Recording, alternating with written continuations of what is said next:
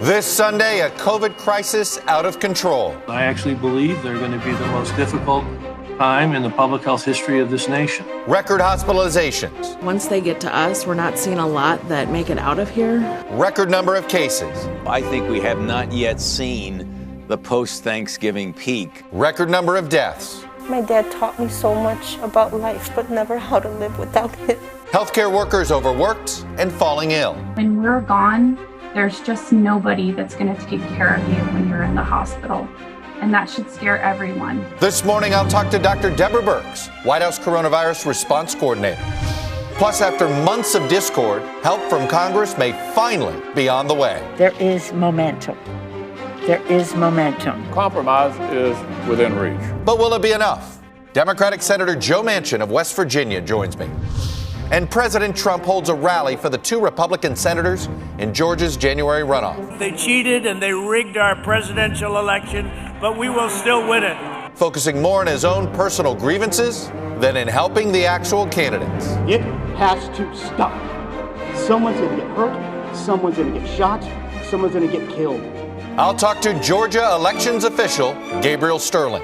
Joining me for Insight and Analysis are NBC News national political correspondent Steve Kornacki, Kimberly Atkins, senior opinion writer for the Boston Globe, Reuters White House correspondent Jeff Mason, and Danielle Pletka of the American Enterprise Institute.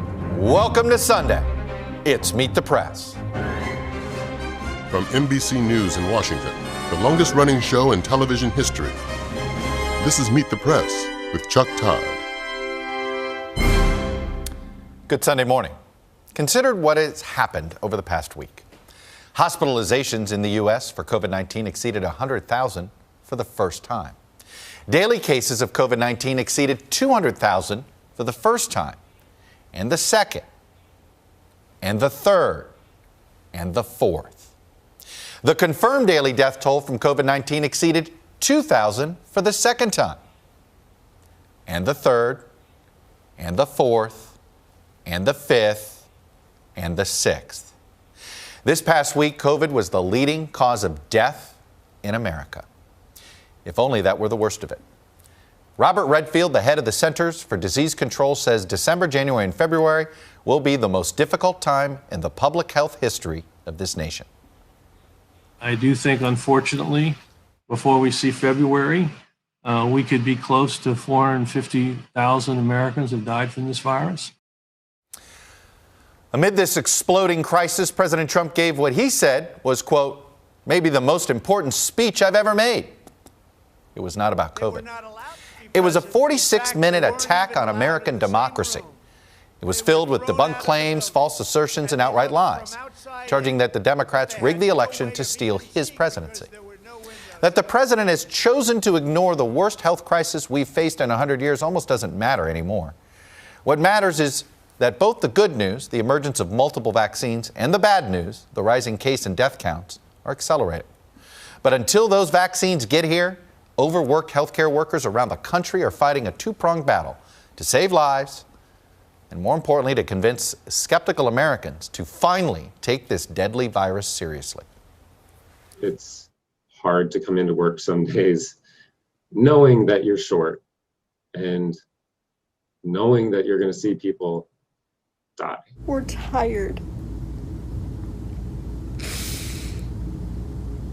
But we get up and we still do this every day. Afraid that we're going to get overrun by the sheer volume and the intensity of the sickness of the patients. We try and celebrate the small victories, but recently feels few and far between. I have a 4 and an 8-year-old. And they don't run to the door anymore because we don't give hugs when I get home. We were getting around 400 or 500 calls at some points, maybe even more. And like I said, almost every patient was COVID. 2 weeks ago, we were at red. We were full. We had nowhere to ship people. We were keeping people too long. And literally our doctors were begging regional medical centers to open a bed up because people, they were going to die here. It's an unfortunately common experience for emergency physicians like me to have encountered patients who just don't believe that this is happening to them. A lot of people are making a lot of sacrifices to make this work, and so it's aggravating frustrating for us to have difficulty conveying this, the seriousness of the situation. We've come a long way, but people are dying still. People are getting sick. And if we just hold it together for a few more months, I really think we're going to win. Joining me now is the White House Coronavirus Response Coordinator. It's Dr. Deborah Birx. Dr. Birx, welcome back to Meet the Press. You heard from those frontline medical workers. I know you travel the country speaking to a lot of these frontline workers. Do you understand their frustration now when they feel as if they're at their wits' end? They've been pulling the double and triple shifts. They've been working so hard for 8 months, and half the country's not paying attention. I understand it completely, and it's been a privilege to meet with them from the Billings Clinic in Montana to across this great country, to meet with healthcare workers and hear their frustrations, and also meet with communities and hear their frustrations. And I think we have to come together with a joint understanding of how this virus is spread and how we can prevent the spread. What would you say to those healthcare workers? You're saying this, you're wearing a mask now indoors. This is the new CDC guidance if you're not in your home. So I think I totally understand why you're doing that now. Yet the White House and the State Department are throwing indoor parties all this month. I mean, as you know, this mixed messaging that the country's been getting, you say one thing, Dr. Fauci says one thing, and the president does another. I think it's really important that every single person understands that the way this virus is spread is if you're with anyone indoors without a mask, that's a viral spreading opportunity. If you're outdoors and hugging and kissing individuals, that is a viral spreading opportunity. We have to really understand how contagious, how infectious this virus is. And it's really important at this moment in time that everyone understands also how much virus is out there. There isn't a state without increasing cases right now except Hawaii. So this is where we find ourselves, and we have to listen right now to what we know works, which is mask, physical distancing, washing your hands, but not gathering. You cannot gather without masks in any indoor or close outdoor situation. I don't mean to belabor this point, and I understand your frustration probably as a public health official being asked about what is happening on the political side of things. But the fact of the matter is, we've been through this for 8 months now, and you have given us all these warnings. And again, the president and others in the administration just flout them. And so do you understand why some in the public then say, well, if he doesn't think it's a big deal, I guess maybe he thinks all the health people they're overdoing it. They're overselling it. You know, I've heard that personally. When I go out, I just don't meet with healthcare providers and governors and mayors, but I also meet with community. And so I hear community members parroting back those situations, parroting back that masks don't work, parroting back that we should work towards herd immunity, parroting back that gatherings don't result in super spreading events. And I think our job is to constantly say those are myths, they are wrong, and you can see the evidence base. And right now, across the Sun Belt, we have governors and mayors who have cases equivalent to what they had in the summertime, yet aren't putting in the same policies and mitigations that they put in the summer that they know changed the course of this pandemic across the South. So it is frustrating because not only do we know what works, governors and mayors use those tools to stem the tide in the spring and the summer. And this fall-winter surge is combining everything that we saw in the spring with everything that we saw in the summer, plus the fall surge going into a winter surge. I think that's why Dr. Redfield made this absolute appeal to the American people. This is not just the worst public health event. This is the worst event that this country will face, not just from a public health side.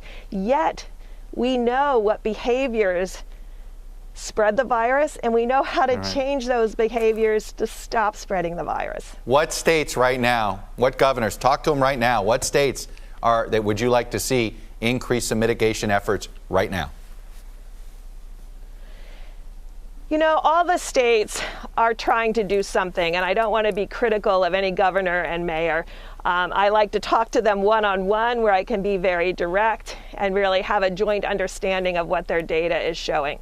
But every state across this country needs to increase their mitigation, and every state needs to be critically informing their state population that the gatherings that we saw in Thanksgiving will lead to a surge. It will happen this week and next week, and we cannot go into the holiday season, Christmas, Hanukkah, Kwanzaa, with this same kind of attitude that those gatherings don't apply to me. They apply to everybody. If you don't want to lose your grandparents, your aunts, let's be clear.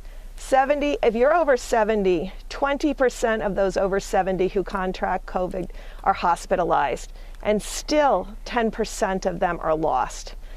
So if you have anyone in your family with comorbidities or over 70, you cannot do those things. You cannot gather with your mask off. You cannot hug and kiss people outside. We won't have a vaccine for even the most vulnerable Americans. I'm thrilled with the vaccine. Right. But we won't have them for the most vulnerable Americans until February. So we need to do this now. Yes, the nursing homes will be vaccinated, but there's 100 million Americans that have these comorbidities that put them at substantial risk. Talk to me about the hospital systems right now. How close are some to breaking points? And what does breaking point mean for the average person watching right now?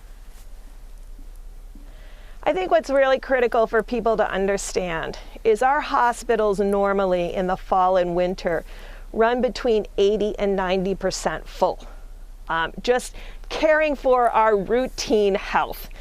So when you add 10, 15, 20% COVID-19 patients on top of that, that's what puts them at the breaking point. Because our normal healthcare system runs at 80 to 90% full throughout the fall. Now, I have seen, and part of the reason I've traveled, I've seen really successful examples. And that's part of the reason of going out, is to find out what is not working, but what also is working. We've seen in Chicago, Illinois, hospitals come together and create a unified dashboard.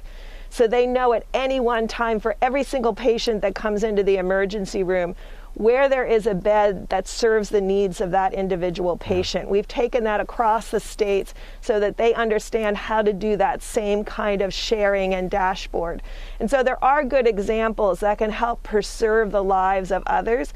But I want to be very frank to the American people. The vaccine's critical, but it's not going to save us from this current surge. Only we can save us from this current surge. And we know precisely what to do. So if you have loved ones that you want to protect, you have to follow these guidelines now. As the CDC came out very late, about a week before Thanksgiving, and advised against travel during Thanksgiving, are we going to get travel advisories for Christmas and New Year's sooner than what we got before Thanksgiving? I think they're already saying that. I think they've made it very clear about how dangerous travel is because it mixes households. And I think what we've learned over the last 8 to 9 months is how significant this asymptomatic spread is. And that's the silent spread. Those are individuals who are younger and just don't know they're infected. And so they're passing on the virus. And so we've called on every state to increase their testing, particularly for those under 40, so that you can find that asymptomatic spread before it infects their aunts, their grandparents, their uncles, and really stop it. It's what universities did. We have examples now, very clear examples. Yeah. Universities that tested 100% of their students on and off campus at least weekly infected less than 1% of their student body. When you tested the way United States is testing, symptomatic, contact tracing, some surveillance, 10% of their student body became infected. So we have an example how important testing is as part of this whole public health response, along with masking, physical distancing, and our hand hygiene, and stopping our gatherings outside of our households. Dr. Deborah Birx, the response coordinator for the Coronavirus Task Force. I'm going to leave it there. I appreciate you coming on and sharing these dire warnings. I hope I hope your boss also hears the same dire warnings that you're telling the rest of us. Thank you for coming on. Thank you for having me. Turning now to financial relief from the COVID crisis. Joining me is the Democratic Senator from West Virginia, Joe Manchin. Senator Manchin, welcome back to Meet the Press. Good morning, Chuck. It's always good to be with you. I want to start first with the situation with the virus here. You just heard from Dr. Birx. You've heard from Dr. Fauci. I think the frustration is, why is it that we can't have even Washington unified? Why can't even you guys in the United States Senate come together and everybody say, hey, let's wear a mask? I mean, it does seem absurd how polarized we've gotten over this, and it does seem to emanate from one individual, the president. Yeah, it sure does. In my beautiful little state of West Virginia, we have 800 deaths have been registered, 17,000 cases, Chuck, and we are now having 1,000 cases a day. We have never, ever, ever seen this. Never thought we would. And we're going into the most challenging, difficult time, so absolutely we're concerned. The Senate in Washington, as far as all of us, 100, most everybody is wearing masks. The Senate Democrats, we haven't met as a group since it started in March of this year. Mm-hmm. So we've been very, very diligent about that. Now our Republican colleagues are doing the same. They're not meeting. They're doing more Zooms like we have been doing all along. So everyone, I believe, is taking this more serious. The president has not. It's been part of his political posturing. It's very dangerous. It's extremely dangerous. Over close to 280,000 deaths so far. It's unbelievable, Chuck. And if you see the models, it may double by April 1st. Yeah, we're scared to death of that. That's what. Let me go to what I invited you on for, which has to do with this bipartisan deal you guys are coming together. It looks like it's going to be just under $1 trillion. How close are you? Is this a deal that we're going to see come to fruition before the end of this coming week? Well, it's a deal that must come together. We don't have a choice now. It's one of those things that has to be done, and I'll tell you the reason why. I want people to understand this is a COVID emergency relief. Started out as a relief framework. You've seen the framework, how we came to $908 billion in all the different categories. And what we did as a group, we came together and said, listen, we have got to do something. After the election, we started coalescing around how do we move this forward. And we looked at basically everything that was going to terminate at the end of December, the lifelines that people were depending on, whether it be food assistance, whether it would be shelter, whether it be health care, whether the necessities that people have, child care that's needed to try to get our lives back. All the things were going to be eliminated, Chuck. And we said that can't be done. We cannot allow this to happen. Democrats and Republicans came together, and we're moving forward. It's not the deal that a lot of people think is needed, including the chair of the Federal Reserve. I mean, I think he is concerned that it's more likely you're underdoing it than overdoing it. Do you concur with him? Are you worried that you're probably doing less than you should be doing? Chuck, this is an emergency relief package only till April 1, the first quarter, to get through the first quarter. Every indication says more money is needed. We see that. This gets us through basically the lifelines that people need and the small businesses that can survive and not go under, unemployment checks that people are going to be losing. If we don't invest this money now, and Chuck, every indication says that more is needed. The President-elect Joe Biden says this is a down payment. He can come in as president. When he does come in as president, his team can put together a different proposal that takes us further down the road for more recovery. If we don't do something now, and on both sides of the aisle, my colleagues have said, the $908 billion of investment we make into the citizens of this country and trying to keep this economy from collapsing could be more important than $2 trillion would be in February, March if we do nothing. And maybe then it might be too late for so many people in small businesses. Let me ask you go ahead. Let me ask you a bigger picture question about the sort of the state of the two parties. Why do you think Joe Biden outperformed the Democratic Party? And what lesson is there from Joe Biden that Democrats can learn? Because he clearly outperformed the Democratic Party. Oh, most certainly. In my state, I'm the last Democrat standing. The bottom line is we've been identified as something we're not. I'm a West Virginia Democrat, a proud West Virginia Democrat, and I don't know of any Democrat that I know of that would ever defund the police. Mm-hmm. And how that got on as a mantra that that's a Democrat slogan, that's not true. And how all these other things that seem to be extremes are not true. It's not who we are. but we were tagged with that. We were slow probably as a party of responding to it and saying, listen, there's more to us. If you look at basically our bedrock of who we are, how do we protect workers? How do we protect families? How do we give people opportunity? How do we have inclusion?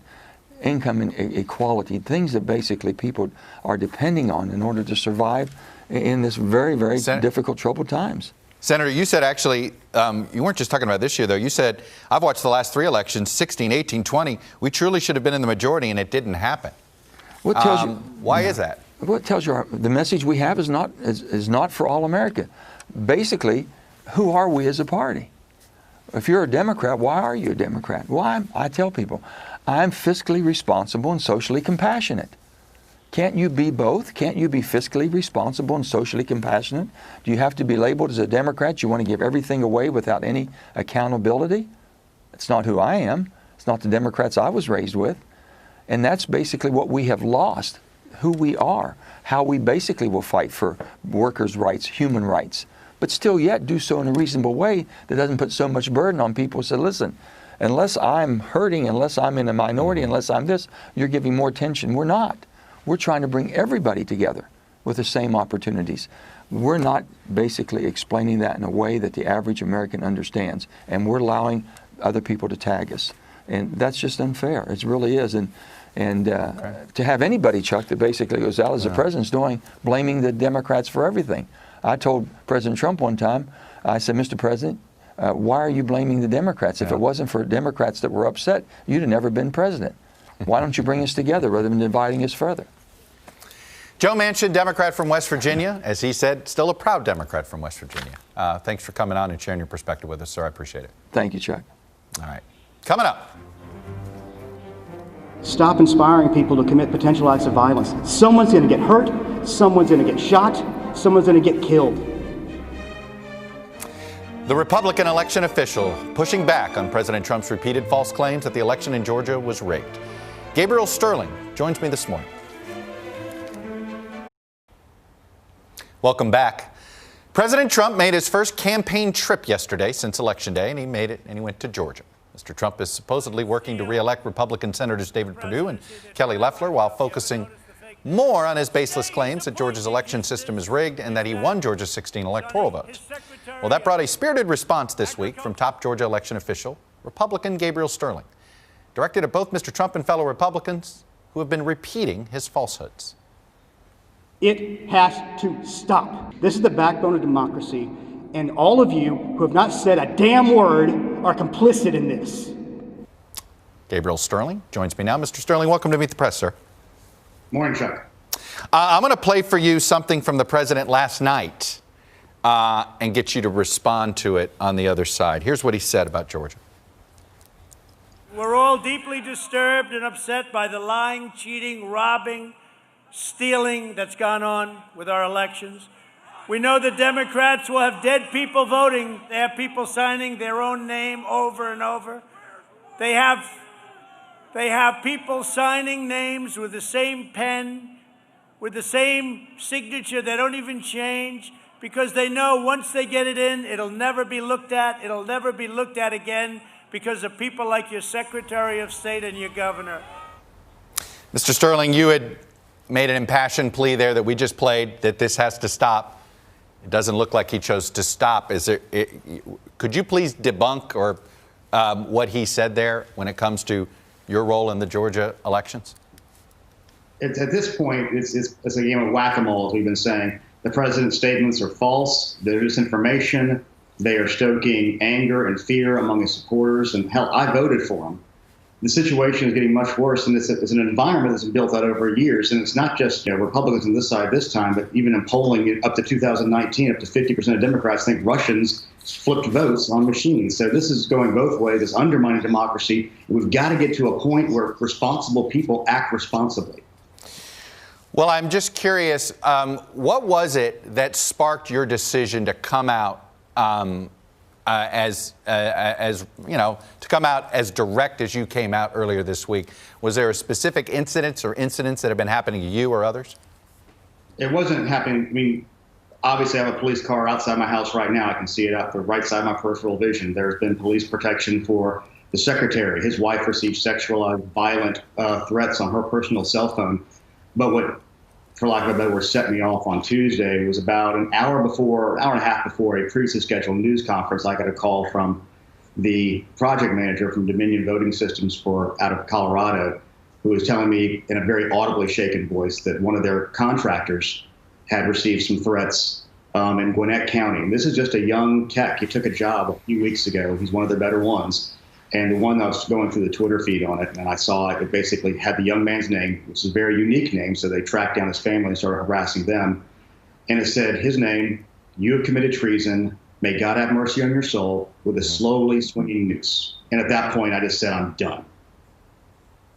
You know, you said something else earlier this week. You said, let's face it, Senator Loeffler and Senator Perdue were forced by President Trump to ask for my boss, Secretary Raffensperger's resignation. The implicit threat was that he would do 2 tweets and torpedo their campaigns. Do you stand by those comments? Do you really believe that Loeffler and Perdue essentially had to do what Trump said? There's nothing else that makes sense, because even their staff were surprised when they put that out. You know, it had been about a week and a half, I guess, since the election had been over. And to say, one of the things they said is that we were not transparent. We were literally doing 2 press conferences a day and sending out hourly press releases on the count. Nobody has any specific allegation. They just want to keep the Trump supporters whipped up because they think that's the best path to win the Senate races. I personally think by doing what I had asked and stepping up and saying, you know, this disinformation has to stop, these potential intimidations and violence has to stop, they would get more votes rather than less. And I'm still supporting it. We have to. I'm a Republican. We need to hold on to the Senate, so I'm still going to vote for them. But I'm not happy with how they conducted themselves in this particular situation. I was going to ask there. I mean, look, you seem to be somebody that, you know, you want to be viewed as somebody who has the highest ethics, highest integrity, particularly in a position that you're in right now when it comes to overseeing elections, helping to oversee elections. Do you believe that these folks running as Republicans right now have the same ethical standards that you have? Well, don't give me an easy question, Chuck. I mean, politics is a complicated profession. I said that earlier this week, too. And the values and the things we have to fight for, sometimes it gets to be complicated and difficult. I said something difficult on Tuesday to people who are in a position of responsibility, who I would hope would show a higher sense of leadership and duty. But at the end of the day, I believe that their opponents would do more damage to this country than they would on this particular front on that particular day. Yeah. Do you regret your vote for President Trump now? Well, I can say one thing. I would have been a lot happier if it had been 13,000 votes the other way in this state. My life would have been a lot easier. But considering how he's behaved, do you ask yourself, maybe he isn't the right person to lead the country, at least if this is what he's going to do to the democracy? I think that we have this on all sides. That President Trump has a higher sense of responsibility, should be held to a higher standard. But we have a governor candidate in this state who still hasn't succeeded. We have people who, like I said earlier, believe Russians switched votes. I mean, all sides, Republican and Democrat, have to stand up and do a better job, the president included and especially. Do you believe that the president is doing damage to the Republican Party in Georgia by continuing to stir this pot? Do you think it could cost Loeffler and Perdue their Senate races? Yes. When he and his lawyers, and then even his former lawyers, some of his former lawyers are literally saying don't vote. It's mismessaging. It's confusing. And if you're telling people don't trust the election system, why would they bother to show up? I mean, the best argument how some people is if you think they're stealing it, show up and vote to make it at least a little bit harder for them to steal. Gabriel Sterling, who, again, helps to oversee the election system there, working for the Secretary of State. You spoke out pretty hard this week. I appreciate you coming on and sharing your perspective with us, sir. Thank you, Chuck. I wish I didn't have to do it. All right. Please stay safe out there. When we come back, could President Trump's phony claims about rigged elections keep enough Republicans from voting in Georgia's runoff election and risk handing the Senate to the Democrats? Panel is next. Welcome back. It is panel time. NBC News national political correspondent Steve Kornacki, Kimberly Atkins, senior opinion writer for the Boston Globe, Reuters White House correspondent Jeff Mason, and Danielle Pletka of the American Enterprise Institute. Mr. Kornacki, I'm going to start with something that the Wall Street Journal editorial board said on Thursday. Here's what they wrote. about the president in Georgia. At least for now, he can say with justification that he helped the GOP gain seats in the House and avoid a rout in the Senate. But that narrative changes for the worse if the GOP loses in Georgia after Mr. Trump divided his own party to serve his personal political interest. And they wrote this Thursday. I don't think anything changed watching that event last night, Steve. Yeah, I think there's a real risk here for Republicans in Georgia. It works on two fronts. I think you mentioned one of them there, and that's simply the sort of core Trump base, the core Republican base in Georgia, with everything that Trump is saying about Republicans in that state, about the integrity of elections in Georgia, everything he's alleging there. Does that depress that core Republican base in any way? But I think the other big concern Republicans have to have is that it's clear when you look at the results from November, there are split ticket voters in Georgia. You know, Joe Biden was able to beat Trump by about 12,000 votes. Meanwhile, in that Purdue-Ossoff race, Purdue finished about 88,000 votes ahead of Ossoff. And when you really break it down, I think what you see are voters, particularly in the Atlanta metro area, often in well-to-do places, Roswell, Alpharetta, Sandy Springs, places like this. I think that's where you saw this dynamic the most at work. Folks who it really seems went out there on Election Day in November and said they wanted to do two things: vote against Trump and vote against Democrats having control of the Senate. And I think the risk for Republicans is Trump's not going to be on the ballot in this January runoff. But to the extent Trump makes this election about him, do those same voters who, had that instinct to vote against Democrats, do they say, you know what, this is too much about Trump, I'm going to use this to vote against Trump again? And Danny Pletka, that was the story of the 2018 midterms, where it became a proxy and a way to sort of send a message to Trump. I know this is this president is somebody that knows how to snatch defeat from the jaws of victory. But if he wants to be formidable in 2024, losing Georgia's Senate seats is not a way to get there. He will get the blame for even one loss now, will he not? Oh, there's no question. And by the way, if he has anybody to blame, it will be himself, because he is the one who has chosen to make this about him. He is the one who has chosen to continue this spurious narrative about the stolen election. And he had a couple of kind words for the two candidates who are up in Georgia in a few weeks, but he spent most of last night's rally talking about himself. And he is going to depress turnout, and he will get the blame. Make no mistake. Jeff Mason, you're in that White House every day. Look, I'm aware there are people that are trying to change his sort of at least public posture on all of this stuff. He seems more dug in than ever. Yes, he absolutely does. And those people that you're referring to, Chuck, just aren't the ones that he's listening to. There are advisors who are saying, hey, focus on your legacy, and the Georgia race will be a part of that legacy, as Danny and Steve were just saying. But there are so many other things that he could be focusing on, but he's not. He's listening to the people who are continuing to say, keep fighting on, and those people are the ones that we see as part of the legal challenges, Rudy Giuliani, Jenna Ellis, and that team. And then Kimberly Atkins, I mean, even when you hear when Bill Barr comes out, I want to put up his quote, and he says, to date, this was on Tuesday, to date, we have not seen fraud on a scale that could have affected a different outcome in the election. He said that on Tuesday to the Associated Press. I would imagine, Kimberly, if this has changed, they'd be screaming from the rooftops of the Justice Department building to say, hey, this has changed. So here we are, still nothing there, and now the president wants to turn on him. Right. I mean, we're seeing this same playbook where now the president is reportedly fuming and considering firing Bill Barr. He himself said wait for a couple of weeks. Meanwhile, there's only 6 weeks left in the Trump administration. But Bill Barr, who, to be sure, has been a staunch supporter of Donald Trump's both his policies and his rhetoric right up to the election, even casting his own doubt about the election security and the possibility of fraud, even empowering his own prosecutors to publicly initiate investigation, changing DOJ policy leading up to the election in a way that could have influenced voters' confidence in it. But at the end of the day, there was no there. And even the Attorney General cannot start criminal investigations into something that didn't happen.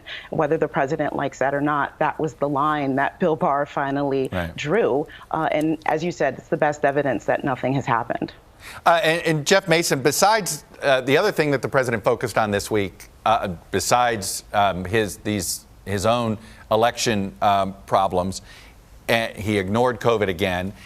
He started talking about we have the pardon situation, and they're making these radical changes over at the Pentagon where they're firing a defense board and appointing a couple of campaign operatives from campaigns past, and Corey Lewandowski and David Bossie.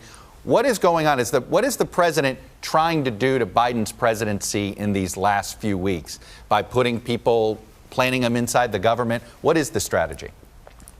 Well, a number of things, Chuck. I think number one, despite the fact that he has not conceded the election to President-elect Biden, he is aware of the fact that he'll be leaving, he being President Trump, on January 20th. And so he wants to leave as many hurdles as he can for his successor. And that includes what you were talking about at the Pentagon. It includes just the difficulty that he has made it up until just a week or two ago for Biden and his team to get access to information. And it also suggests that despite him pushing forward to challenge this election, he is aware of a legacy, and he wants that legacy to be this, and he wants that legacy to have an impact on his successor. Some would say in the same way that he tried to undermine President Obama when he was in office. Danny Pletka, is there a good faith argument that exists for appointing Corey Lewandowski and David Bossie to this Pentagon Review Board? Well, on the one hand, this Pentagon Review Board has often had appointees on it who have a somewhat tenuous relationship to national security. On the other hand, the wholesale purge of former officials, including, by the way, senior Republicans, people like J.D. Crouch, someone like Henry Kissinger, for heaven's sakes, that smacks of the kind of cronyism, the kind of, dictatorial loyalty test that Donald Trump loves. On the other hand, I don't think that that is going to throw up much of a barrier to Joe Biden, because he can push out all of these new appointees almost as easily as Donald Trump's folks did. I think that's something that everybody's figuring out here, and I wonder if the Trump folks realize how much time they may be wasting doing what they're doing right now. We shall see. I'm going to pause here. When we come back, the presidential election was not as close as you think, but it was a lot closer than elections some of us grew up with. That's next.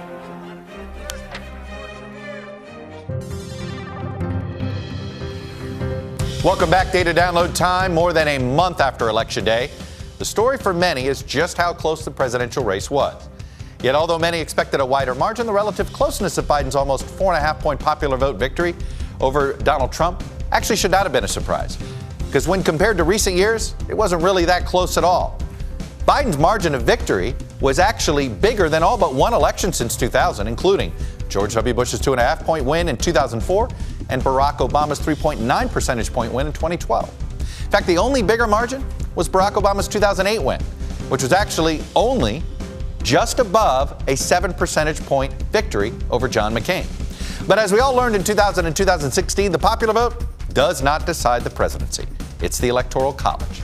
And those victories have also been narrowing as well. In fact, since 2000, only once has a presidential candidate carried more than 30 states. George W. Bush with 31 in 2004.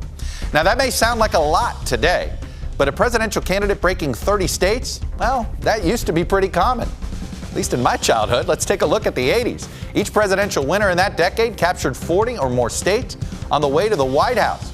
Even Bill Clinton carried more than 30 states. In fact, we can go even further back. In the 19 elections from 1920 to 1992, the winner of the presidential race carried fewer than 32 states just 3 times. Now remember, Bush's 31 state win in 2004 is the most states we've seen a candidate win in the 21st century, period. Here's another way to think about it. Since 1988, every presidential election has been decided by single-digit margins in the popular vote. 9 straight presidential elections go back to George H.W. Bush's victory in '88. To find the last time the country had a string of close races like that, you'd have to go back more than a century, when the country saw 7 consecutive single-digit elections between 1876 and 1900. Think about that period of time, right? The economy was transitioning. We were getting out of the Civil War still. Not a surprise that that was a polarizing time as well. The deep divides in our country have made razor-thin margins the norm every 4 years, make it increasingly difficult for whichever party comes out on top to get anything done. When we come back, how hard is it to keep all the factions of the Democratic Party happy these days? President-elect Joe Biden is finding out. Welcome back. Now a little bit of a focus on the incoming administration. Steve Kornacki, as President-elect Biden puts together a cabinet, you won't be surprised, not everybody's happy with the picks so far. There's a little bit of an issue when it comes to representation. Let me just put together a few comments we have here. I really thought at this stage of the game I would see more African-American appointments in the top positions, said Bonnie Watson-Coleman, a Democratic member of Congress from New Jersey. It's no secret that we don't see too many Asian Americans there, do we? Said the DNC's chair of the Asian American Pacific Islander Caucus. We're very, very concerned as a community, as a Latino community, said Congressman Vicente Gonzalez. Steve, it appears it's, right now we know Latinos, they believe they don't have anybody, it looks like, in the big four. You see African Americans. Jim Clyburn has said this. He would like to see that pace increase. What kind of pressure is the Biden campaign feeling on this? Well, there's the question of demographic representation. There's also the ideological question, the progressive wing of the party, what they're looking for here. I do think the context, when you talk about demographic representation, the political context of this is interesting because, of course, the victory that Joe Biden just put up in the November election came with Democrats actually losing ground with non-white voters. I think specifically with Latino voters, to some degree with African-American men. Certainly there's some evidence there, especially when you look at like Orange County in California, look at some of the House races out there. I think Asian-American voters as well. So Democrats come into this administration, I think, the last 4 years, the Trump era, I should say, putting a lot of their future, I think a lot of their future calculations on growing non-white population and an assumption that they're going to continue to rack up gigantic margins there. They certainly won by a wide margin with non-white voters, but not as wide a margin as I think they were expecting. And I think that's one of those questions to be looking at going forward. Does that something that kind of reverts to mean in the Biden era? Or is there a start of a trend there that continues in some way and that could alarm Democrats? Kimberly Atkins, as Steve mentioned, it's not just about demographic representation. You have ideological disputes as well. We know the Bernie Sanders world not happy, for instance, that Neera Tanden is the designee for budget director.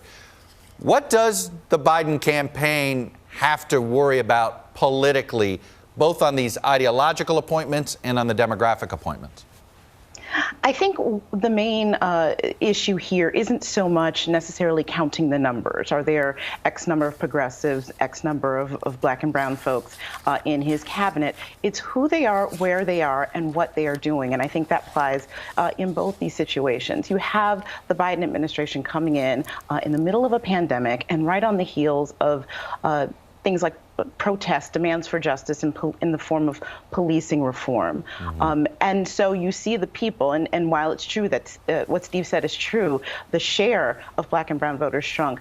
But it was black and brown voters in states like Georgia and states like Wisconsin and Michigan that helped Joe Biden win. And what I am hearing from folks who are not entirely pleased with this pick so far is that he's not shown that the people closest to him understand the issues that drove those voters to the polls in the first place, understand the issues that, if you're talking about growing the party, will continue to push more of those voters, whether it's progressives, whether it's black people, whether it's brown people, Latinos, Asian Americans, to the polls to ensure that the Democratic Party is showing them that it is a party for them.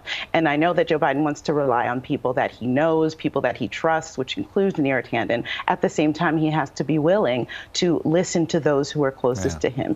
And so he has to demonstrate that in some of these positions that are remaining, particularly HHS and Attorney General. Those are the ones that folks are watching closely. They definitely are. I think Javier Becerra suddenly being a front runner at HHS, I think tells you he's the current Attorney General in California, former member of Congress. I think that tells you that they've at least been listening to the Latino criticism. Jeff Mason here. It does seem as if Joe Biden's got an interesting challenge here. I think he does owe some representation, particularly to the African-American community. I mean, he said it himself. They had his back, so he's got to have theirs. But one could argue he has a mandate to diss progressives. Now, he probably can't get caught saying it that way, but they were decidedly not only not with him, they tried to defeat him. Well, yes, and I think the message from Biden camp on all of this, whether it's progressives or concern from other minority groups, is we hear you, but we've got this. And he does feel like he has a mandate, and he's also facing the reality that President Trump did not face, which is that when he governs, he is likely to continue to face challenges from his own party. But he's aware of that, and he has said repeatedly, look, I didn't pull the wool over anybody's eyes during this election. I'm a moderate. That's who I am. That's my background, and that's how I'm going to govern. Danny Pletka, a Democrat's moderate is still a conservative's liberal. And this cabinet that Joe Biden is putting together, though, it looks more center-left than it does progressive-left. Well, it does in some cases. And, you know, Politico reported last week that national security progressives and far-left activist groups like Win Without War and Code Pink are now trying to coordinate their response to these appointments. They're trying to stop, for example, Michelle Flournoy, who's one of Biden's candidates to head the Department of Defense. They don't like her because she's worked with defense contractors. Right. And I think that that's what we're going to see, is that there is going to be pushback. Let's remember, all of these political parties, this happened with Donald Trump as well. Yeah. Once they lose that outside bogeyman, they become circular firing squads, and it becomes very hard to get stuff done. Steve Kornacki, tonight you're supposed to explain the NFL playoff picture to us. Here in Washington, the football team would like to know if they could make the playoffs, but a lot of us are thinking, are we going to have a recount when it comes to the NFC East, and maybe those ballots ought to be thrown out? The NFC East is going to test if it's possible for 6 and 10 to actually make the playoffs. I mean, you look at those schedules, those three teams are playing today who are near the top right now. The possibility that no one's going to have a losing record, I think, very strong there right now, winning record. Forget the pressure of election night mapping. We're going to see you tonight, Football Night in America, with Steve Kornacki. I look forward to it. Hey, thank you all, panel. Terrific. And thank you all for watching with us. We'll be back next week, because if it's Sunday, it's Meet the Press.